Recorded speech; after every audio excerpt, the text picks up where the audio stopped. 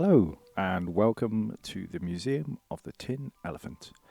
My name is Dave and in this video we'll be going through the third section of the Making of Jack Bogget, and this will be the casting and painting.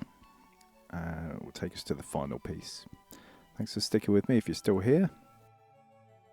Here's a quick demoulding video. I've removed the walls. It's a bit of a cheat because I'd done this before but forgot to film it, so I'm filming it again. Hence the camera case on the table there. When you remove the walls, you want to just gently prise up the mould. Make sure the silicone is fully cured. This is after well after 24 hours. And make sure the silicone is prized up gently, like I'm doing, all the way around the edges. You want to take your time with this, don't rush it. Ease it up, and it should just gently lift and peel off because it won't stick given the release agent we've put on. You want to just work round and round, gradually working to the middle, and eventually it should just pop off. Like that. And that silicone has taken all the detail from our master mould, our master positive, sorry. And the positive itself, the original sculpt, you'll see is actually in really good condition. So we could, if you wanted to do a lot, if you had a big production line going on, you could make another mold from that and have a couple of molds. You know, maybe a little tidier, but you're ready to go. The silicone mold itself looks to be pretty good. There's all the detail taken up.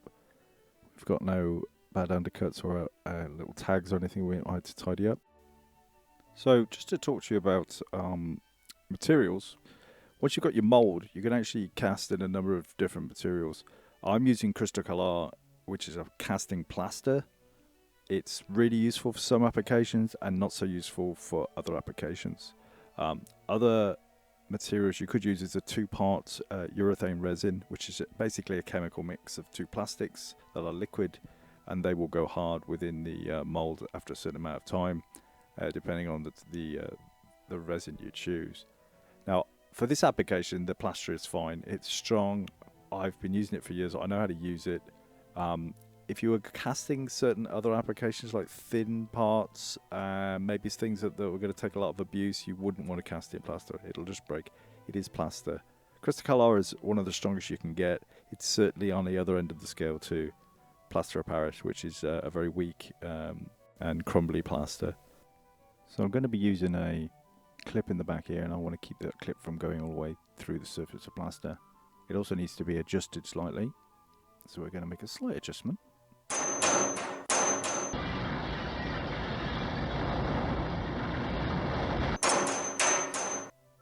And that will allow us to bend up from being embedded in the plaster. The stick is to hold it off the surface of the mould. Now we're going to mix the plaster up, and I'm going to use just normal water, and I'm going to fluff the plaster up in the bag so it's fluffed up, and we're going to cast our piece. Now when you fluff it up in the bag, you will get some dust come off it. Please wear a mask while you're handling this. The Crystal Color will fluff up and you don't want it to get into your lungs.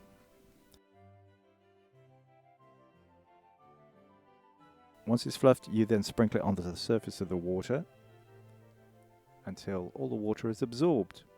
Very often can look like the bottom of a dry riverbed. You get a few cracks appear in the surface. Here, what I do actually, I do have a slightly thinner mix. That's just my preference because there was some fine detail. If you go too thin, you're going to reduce the strength of the finished piece. So I'm just sprinkling the plaster over the surface of the water. What happens when it's stored and it's in transit, it gets compacted down. So before you sprinkle it on the water like that, I just give it a fluff up in the bag, get the air into it, and so it's a fine powder being sprinkled on. And you can see there the water's getting absorbed nicely. You just keep adding. Sometimes people go by weight. I've never really done that. I've always just used my eye. If you want a thicker plaster, make sure all that water is absorbed. I'm going for a slightly thinner now and just tapping it out there. And I just start stirring it up. I think I quickly realised that the small ineffectual stick I've got doesn't help mix this in. So I always switch out in a moment to a bigger one. But you're just touching the bottom of the container, make sure you're reaching the sides and that you're stirring the material into the water.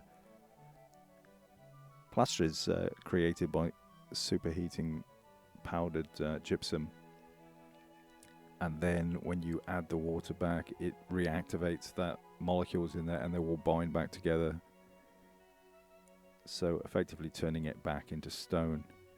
It's a very pleasant material to mix. It doesn't smell. Once you got to this point, there's no danger to it. I haven't got gloves on. It's a very, very cool material to work with, and is relatively cheap compared to polyurethanes. What you can't do with this is you can't add many effects intrinsically. You can't put powdered metals into the mold, which you can with urethane. So if you were looking for a metal finish or something like that, but I actually use the properties of the plaster when I paint it. It becomes absorbent, and as it gets drier and drier, it becomes more and more absorbent, so you can get a different feel and effect from when you've got a 3-day-old piece to a just poured piece, which is what happens. Now I'm painting it with a soft brush into the tip of his nose there because I'm worried about it trapping air bubbles, and I'm also painting into the detail around his clothing there, where the very fine sculptural pieces I did with the knot work, because that's somewhere that's going to trap air. And so just painting it in like this and just opening the mold a bit with my hand, making sure that I'm getting into all of that fine detail, will prevent those little air bubbles getting into it, and tapping the mold and working it away like that. You've got time with this plaster, got 20 minutes before it goes off, so there's no panic.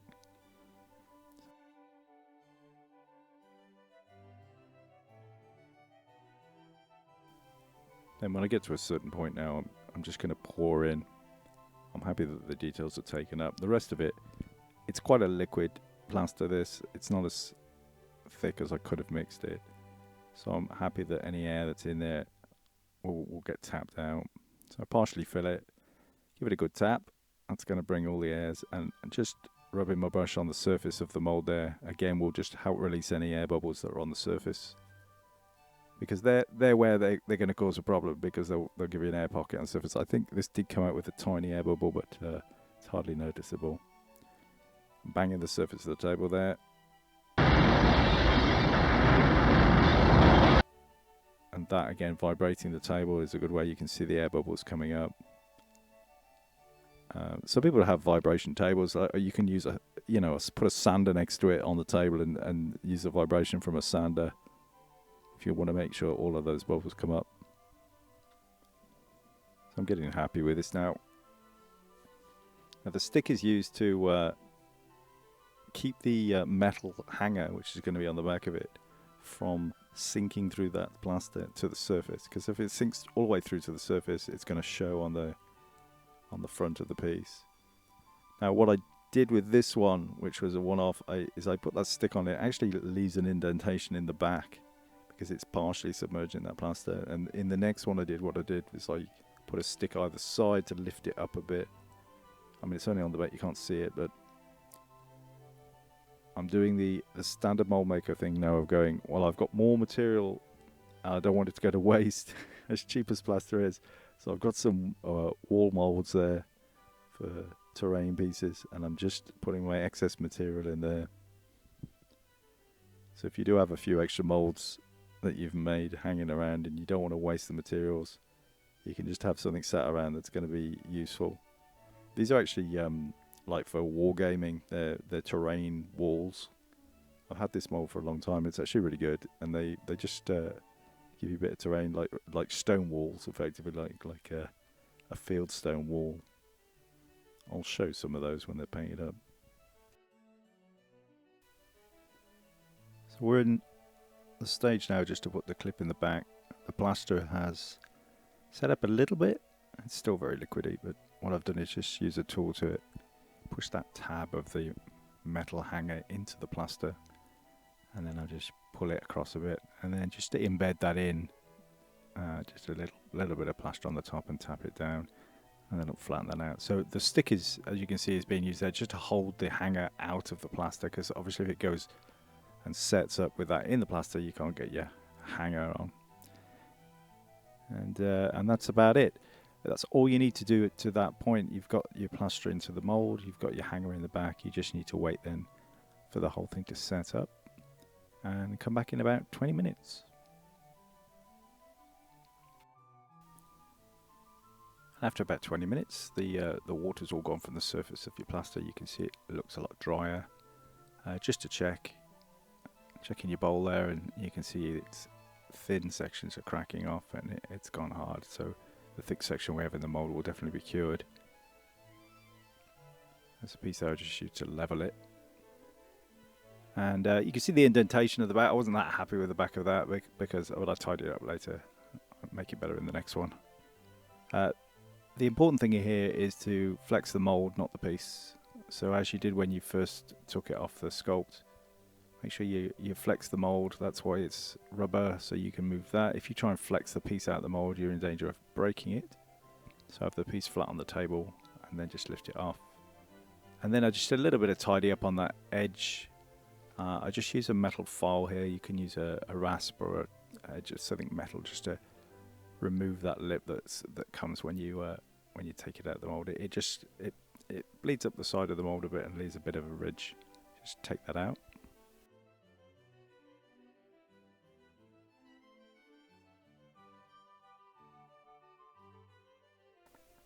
And then once you're happy with that, it's ready for painting. Now, plaster absorbs water, so just to show you here, I just weigh out this one, and you can see it's 160 grams with a clip, and there's another one here which is 123. You can see also there's a slight color variation to them. The higher the water content of the plaster, the slower the paint will be absorbed, so just keep that in mind when you're putting paint on. So I've got the two pieces there side by side. You can see the one on the left looks slightly darker. That's the one I've just got out of the mold. The one on the right has been around for a few days, so it's a lot drier. And that has a lot to do with how things can be affected when you paint them. I'm using about 99% acrylic paints here. I will put a list of the paint colors that I use up so you can see that. And I use them watered down a lot. So I'm just using acrylics. There's no special or expensive paints involved. These are actually relatively cheap. And I'm just mixing them up into washes. And the reason I want to mix washes up is the water will get sucked into the plaster. If you've made a urethane version of this, if you've made a plastic version effectively, which you could do from the same mold, these techniques won't work. They won't be the same. You'll be painting up plastic which doesn't absorb liquid. It won't absorb in the same way, and your finished results will be different. I like doing this. You just have to get a little bit used to how it acts on the surface.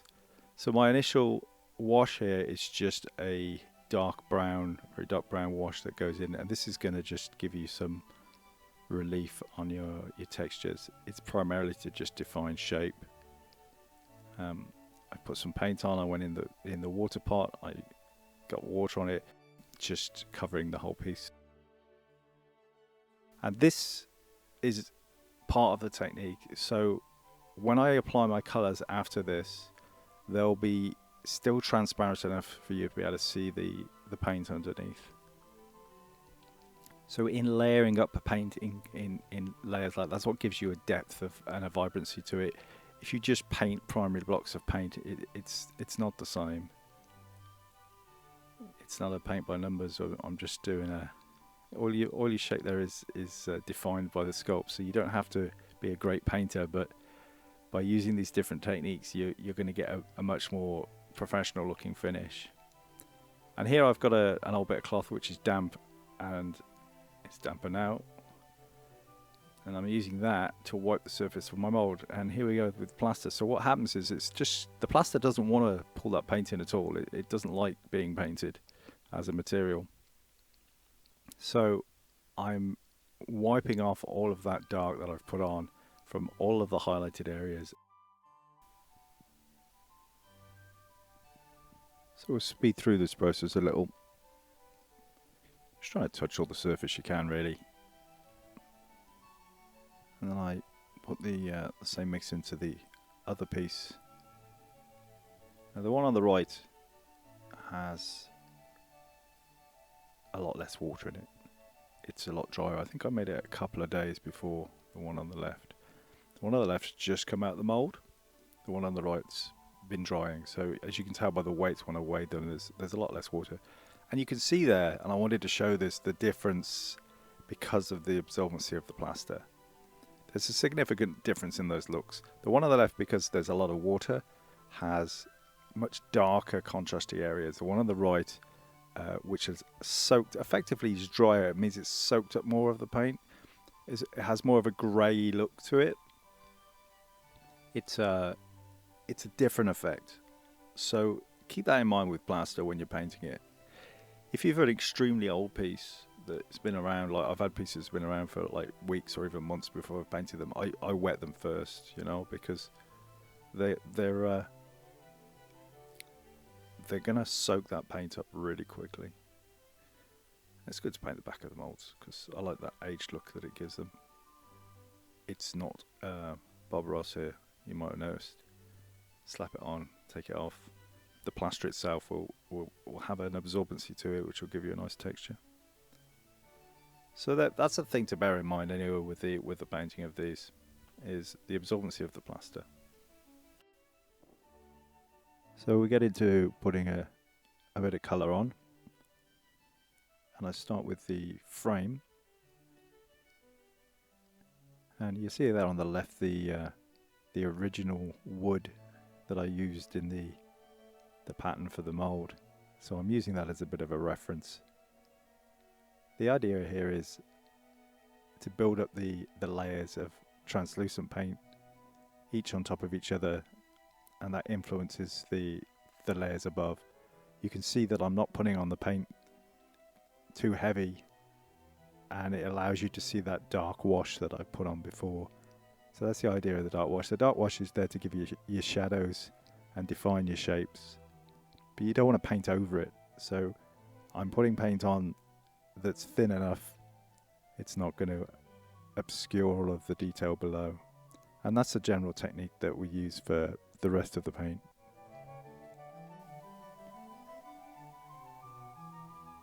So looking at the original there on the left, it's made up of several tones and different hues of the wood, and I recreate this using different raw siennas and burnt siennas here. Again, I'll give you a list of all the paints I use, but you're looking to change and swap up those hues in order to give it a slightly random look to the wood. You don't want to just go with the same block of colour. You need to break things up. Things in nature are broken up, and I use that broken up technique later with the flesh as well, painting the flesh colour.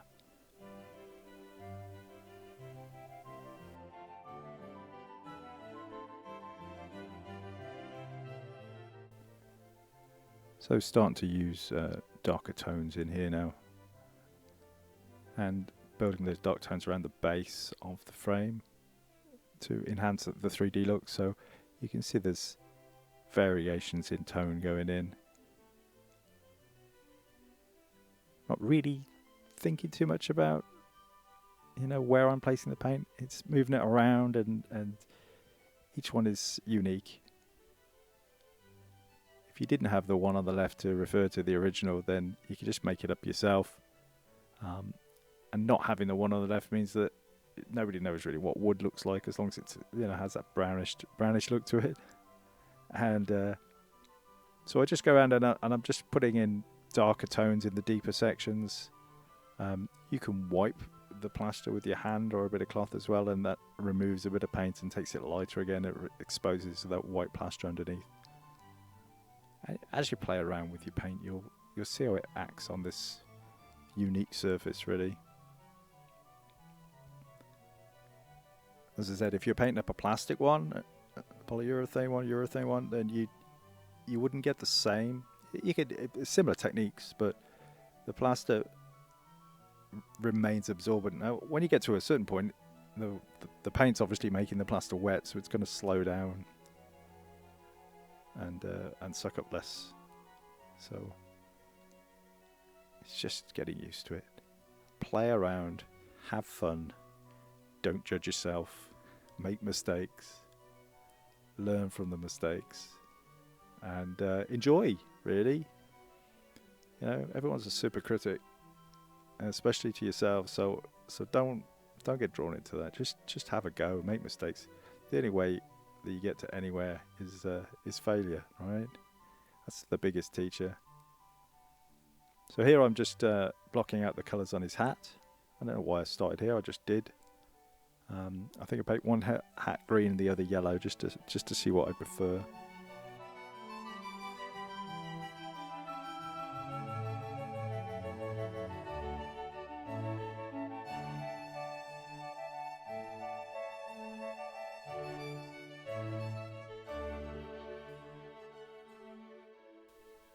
You can see here though, how that original layer of black or the very dark brown that we put in helps, because it's still visible through that paint layer I'm putting on, and that's giving you a lot more dimensionality to the piece. That's why I started off with that black wash and wiping the top off. You can do that with urethanes. You can put your paint on, but it's not the same. You know, it's not the same. Now urethanes are really good if you want to do metal effects, if you want to do cold cast, if you're getting into, you know, I want to reproduce something that looks like metal. And they're obviously a lot more durable. If you dropped this plaster piece on the floor, it potentially would break. Although crystal color is very hard, it potentially would break. So having a plastic piece is better. I you know, why have more plastic in the world when you can have plaster, eh? Well, I've not really looked into the environmental impacts of mining gypsum, which I probably should do. So working onto his coat, a nice dark brown in contrast to the lighter brown of the frame, just varying the colours a bit. His staff was painting it with a different variation of paint again. A lot of browns and furs in this guy, so a lot of the same colour palette. But I'm aiming for that earthy tone. He's someone that travels and very often needs to blend into his environment. And although he's got some skills there, it's quite nice just to have the natural camouflage of dark browns and of the woods. Maybe his cap would be a bit obvious, but I'm sure he's got ways of hiding that. And onto his flesh, and again I'm building up his flesh in layers. I don't want to paint a super thick paint, and in fact the flesh I pay more attention to than a lot of the rest of it, because flesh and skin, when you paint it up, is dependent on subsurface levels. So you have blood, you have fat, you have tissue, you have bone, all beneath the surface of your skin, and your skin is often translucent depending on the tone and colour of your skin. I'm painting it up to look weathered and look like he's got a bit of a tan, but what you're seeing going on at the moment is just base coating. It's just building up in layers. So I give him this nice ruddy brown colour, and then I'll go back in and you'll put in variations and little patches of colour and move it around. There are some really good hyper realistic painters out there that paint silicon, especially if you work in special effects makeup and things. Shout out to Jamie Salmon, who's a old friend of mine, who does the most amazing skin and silicon work in these hyper realistic sculptures. I'll put a link in for him, but he knows how to paint flesh. Right, what I'm doing here is an art piece. It's a craft, you know, it's not fine silicon art. There's a skill level above this. So I'm just building up the layers. You can see he's quite dark and ruddy. He's a little bit red looking.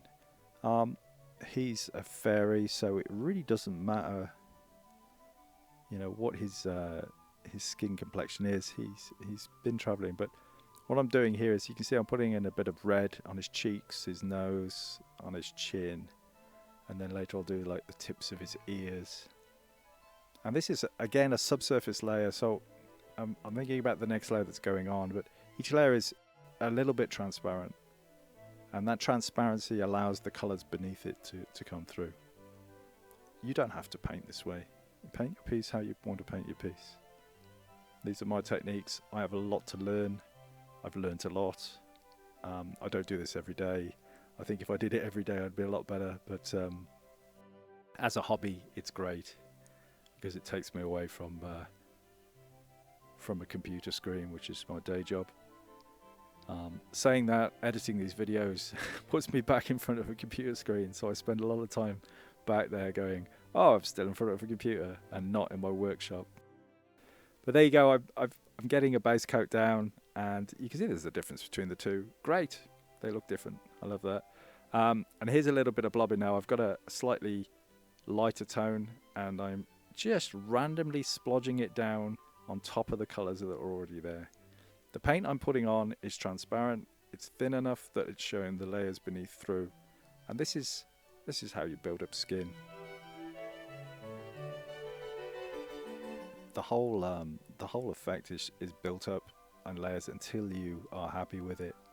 You don't have to do this, you know. This is just me wanting a little bit of realism, and at the end of the day, it brings life to the character that you wouldn't get if you just painted him in one tone.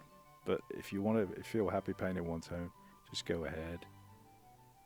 So I go back in, and you can see now that that red that I put on before is still showing a little bit through on his cheeks, and I'm tapping this lighter tone onto random places on his face and hands, so it's starting to bring out the flesh a little bit more.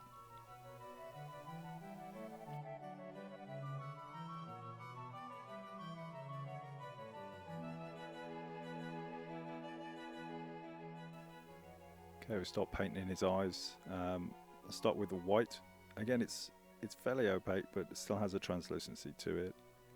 And painting the inside of his eyelids there is okay, because you'll see in a sec I'll go back in and put another colour in there. So yeah, he's nearly getting there.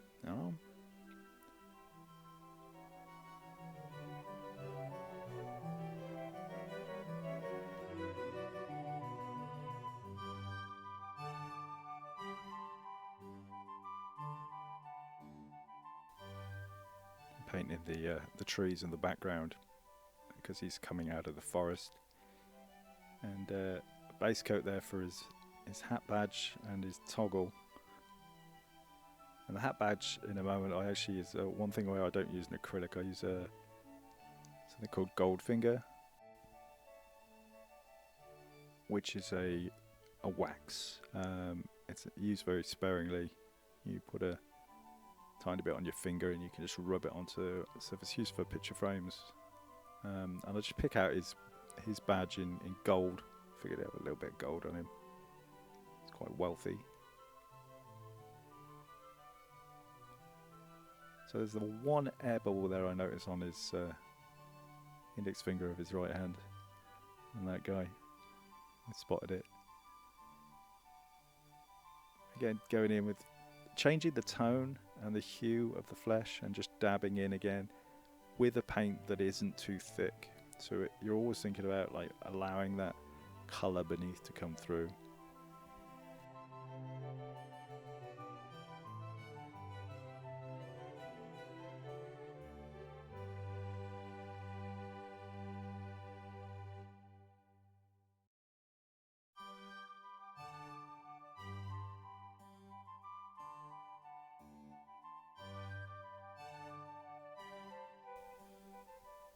Just tidying up there the eyes, and then I'm going to go in with a blue for his eye colour.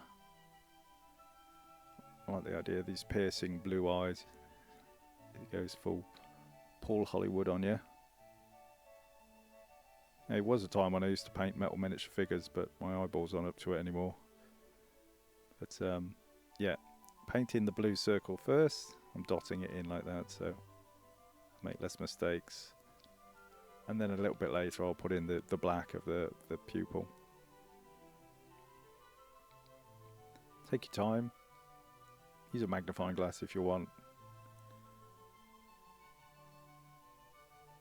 If you're young, you won't need one. I need one. So I use some glasses that give me a magnification and hold my breath and lock my elbows together and pray so that I can get these reasonably centered. If you make a mistake, just paint over them. And there he is with his piercing blue eyes, which is part of him. So here's the Goldfinger. Tiny, tiny piece. You don't need much of this stuff at all. And just a tiny dab on his hat badge to give him that little shine. And that's like a wax, so once it's dried up you can just buff it back. I use it a lot. It goes a long way and gives a really good effect. So you can see the difference between the two. Even going back to the original there, you can the difference in the absorbency. There is a different look to them. Here I'm just adding a very thin red wash around his eye. It looks a bit bright at the moment. Paint always dries darker. So whenever you're putting paint on and you're looking at a colour, it's going to be darker. And I'm using that red paint there to give the effect of blood. So tips of his ears, on his knuckles, on his lips. Anywhere that you get like on his ears, you always get that thing where the sun shines through the back of the ears, right? Like Baby Yoda. And just around his eyelids where you get a collection of. Also, I think he's a bit of a drinker, so I think the ruddy cheeks and the red around the eyes, maybe a little bit of Alvin wine involved there. You got to keep yourself busy, haven't you? And all of these colours, they give you that little bit of a more natural look to the flesh, rather than just being one colour. It's practice. That's all it is. Like I said, I have a lot to learn myself, so I'll just keep doing it, seeing what works. Happy accidents, as Mr. Ross said. You just do something, you go, oh, that looks nice. And there we go. It's really coming together.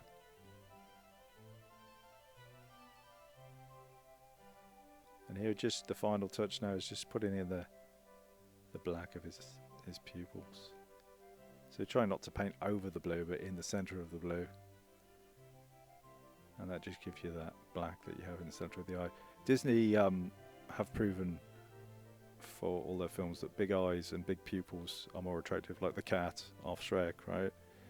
Big pupils. So if you're looking to make a meaner looking character, maybe have smaller pupils or slitted pupils, or But this guy's he's friendly. Jack is fairly friendly, so I've done nice big black pupils. And just looking at that again, the tone difference between the two. So this is the one part where I don't use an acrylic. I'm using a black ink that is watered down. Again, you don't want to go in with too much with the black ink. It's very strong. I hardly ever use black as a straight colour, but the black ink there is just used to get into the detail of the knotwork and to a few little low lying points, so in the wood itself, around pulling out the detail in the leaf. So I'm just going around and black lining things, really putting that between the major shapes and areas. And so there he is, Jack Bogget, Fey Traveller, journeyman to the world of men. He's so inspired me by Making of that I have written a beginnings of a short story that will probably never come through, but there you go. Thank you for sticking with me, and I hope you've enjoyed yourself with this, and I hope it inspires people to have a go. It's really not rocket science. Once you've got the techniques of mixing the rubber and making the mold, casting plaster, once you've done it, you'll realize it's like cooking, you get the formula right and you get there. The aim of this channel is to inspire people and to say, be creative. Everyone has creativity in them, whether it's music or poetry or acting, or, you know, a lot of people say they're not creative, but you are. You just haven't found it yet. And if sculpting and painting is your thing, my idea with the channel now is it's a museum, right? So this is the one thing that's slightly off kilter with that, and a weird subject to start as my first subject on video. But it's also me getting used to editing and filming. I intend to get a better camera. I intend to, you know, learn as I go along with the whole YouTube thing. But if you've stuck with me this far, I really appreciate it. I intend to produce more pieces that you can display in your house, that you can produce yourself and just be proud of, and say, yeah, that's something I made, and hopefully enjoy the journey. These are strange times. We're in the middle of COVID and lockdown and all of that. So if you're stuck in the house and you fancy doing something creative, order some rubber, get some clay, and have fun. And we'll see you again in the next video. All right, thanks very much, and have a really good day or evening wherever you are. My name is Dave, and you have been watching the Museum of the Tin Elephant.